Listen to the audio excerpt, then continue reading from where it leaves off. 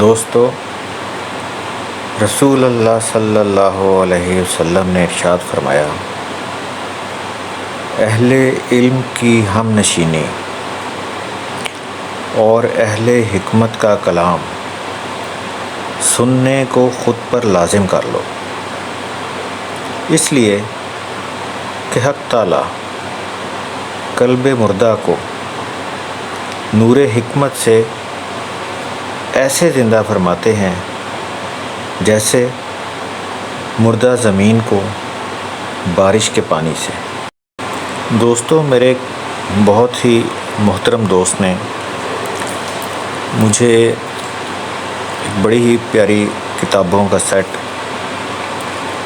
خطبات حکیم الاسلام کہ جس میں حضرت مولانا قاری محمد طیب صاحب قاسمی کے خطبات کا مجموعہ ہے، اور بڑی ہی پر اثر اور پر تاثیر باتیں ان خطبات میں کہی گئی ہیں جو کہ سیدھا دل پر اثر کرتی ہیں۔ تو میں نے سوچا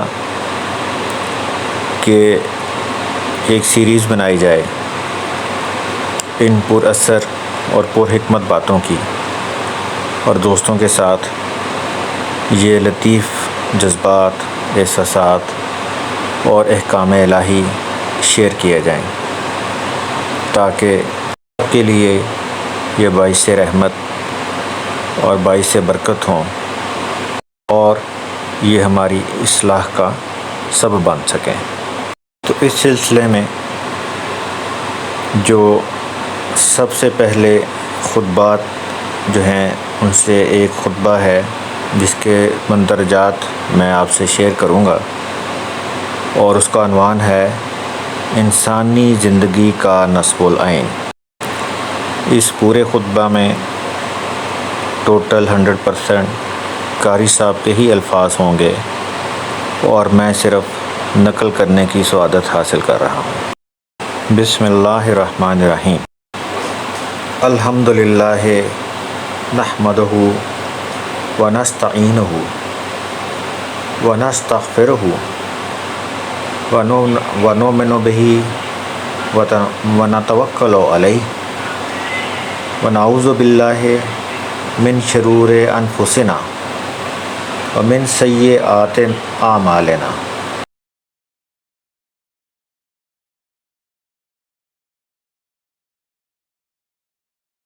ومن یضللہ فلا ہادی لہ ونشہد ان لا الہ الا اللہ وحدہ لا شریک لہ ونشہد ان سیدنا وسندنا ومولانا محمدا عبدہ ورسولہ ارسلہ اللہ الی کافۃ للناس بشیرا ونذیرا وداعیا الیہ باذنہ وسراجا منیرا۔ اما بعد، عظیم ترین نعمت بزرگان محترم، حق تعالیٰ کے انعامات انسانوں کے اوپر بے شمار ہیں جن کی کوئی گنتی نہیں کی جا سکتی۔ قدم قدم پر نعمتوں کی بارشیں ہیں، اور لمحہ بلمحہ انسانوں کو عجیب عجیب انعامات دیے جا رہے ہیں۔ اللہ تعالیٰ نے خود ہی ارشاد فرمایا، اگر تم اللہ کی نعمتوں کو شمار کرنے بیٹھ جاؤ تو تم شمار نہیں کر سکتے، ان کا احاطہ نہیں کر سکتے۔ غرض انسان کے اوپر بے شمار نعمتیں ہیں، لیکن ساری نعمتوں کی اصول زندگی کی نعمت ہے جو ہمیں عطا کی گئی ہے۔ اگر زندگی نہ ہو تو کوئی بھی نعمت نہ ہمارے لیے نافع بن سکتی ہے نہ مفید ہو سکتی ہے۔ تو اصل میں سب سے بڑی نعمت زندگی ہے۔ ایک زندہ انسان ہی نعمت سے مستفید ہو سکتا ہے۔ تو نعمتیں ساری ایک طرف اور زندگی ایک طرف۔ عظیم ترین یہ نعمت یا عمر جس کی کوئی قیمت نہیں ہے، اللہ نے بے قیمت عطا کر دی ہے۔ نہ ہم تھے، نہ ہماری طرف سے کوئی پکار تھی، نہ ہماری طرف سے کوئی تقاضا تھا، مگر تیرا لطف و کرم ہماری خاموش آواز کو سن رہا تھا۔ ہم چاہتے تھے کہ ہمیں زندگی ملے۔ اس خاموش پکار پر اتنی بڑی نعمت دے دی کہ سارے جہاں مل کر بھی اس کی قیمت نہیں بن سکتے۔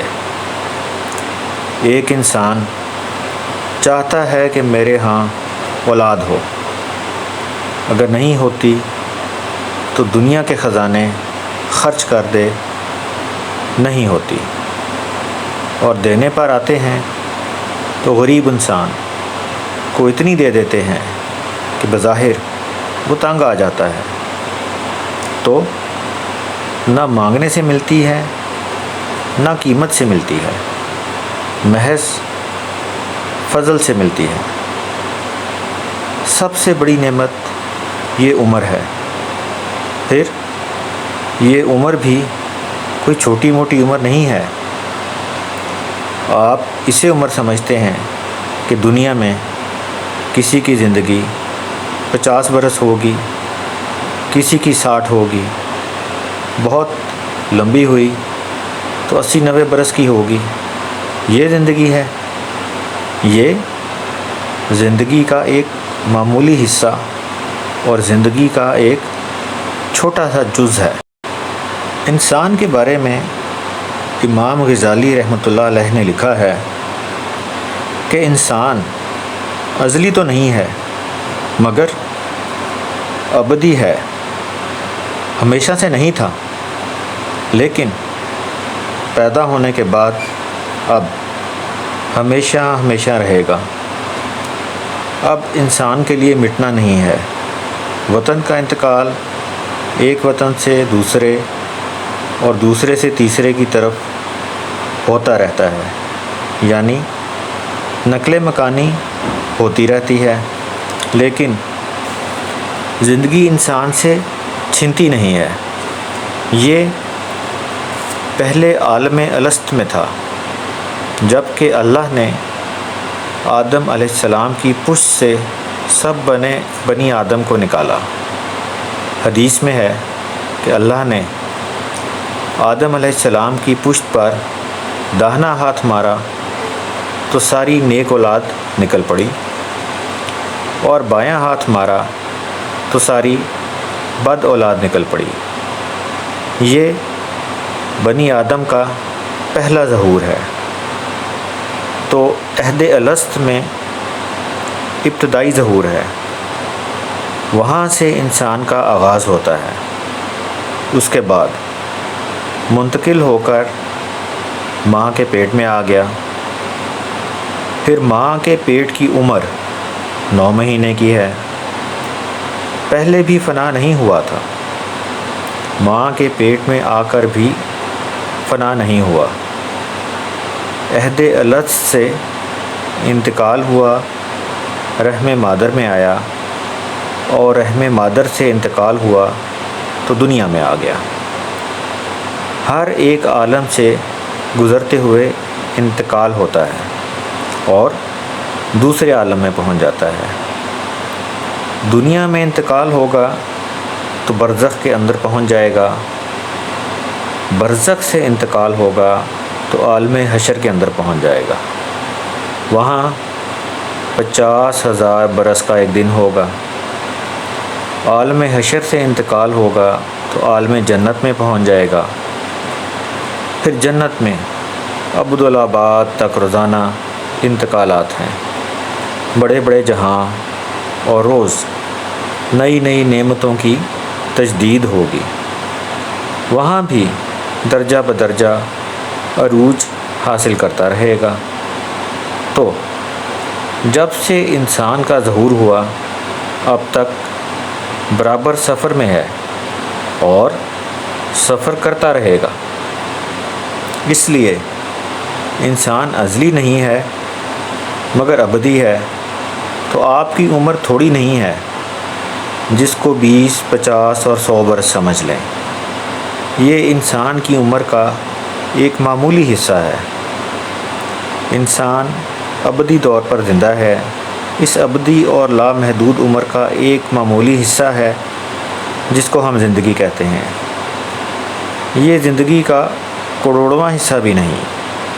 اس سے اندازہ ہوا کہ انسان کی زندگی بڑی طویل اور لمبی ہے۔